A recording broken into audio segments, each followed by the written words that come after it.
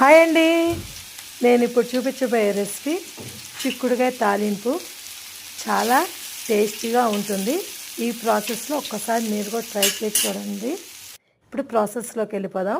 ముందుగా చిక్కుడుకాయల్ని ఇలా ఉడికించుకొని పక్కన పెట్టుకోవాలి.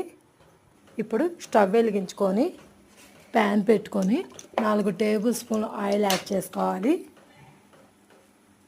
ఆయిల్ వేడెక్కిన తర్వాత కచ్చాపచ్చగా దంచుకున్న ఎల్లిపాయలు 5-6, ఒక ఎండుమిర్చి, 1 టేబుల్ స్పూన్ తాలింపు గింజలు వేసి ఫ్రై చేసుకోవాలి.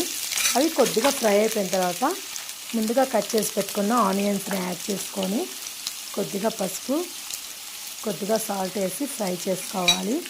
సాల్ట్ వేయడం వల్ల మనకి ఆనియన్స్ అనేది తొందరగా ఫ్రై అయిపోతుంది. ఇప్పుడు ముందుగా ఉడికించుకున్న చిక్కుడుకాయ ముక్కల్ని ఇప్పుడు యాడ్ చేసుకోవాలి.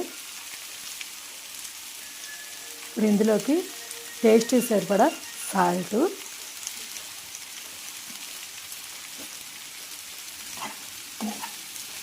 ఒకసారి ఇప్పుడు మిక్స్ చేసుకుందాం.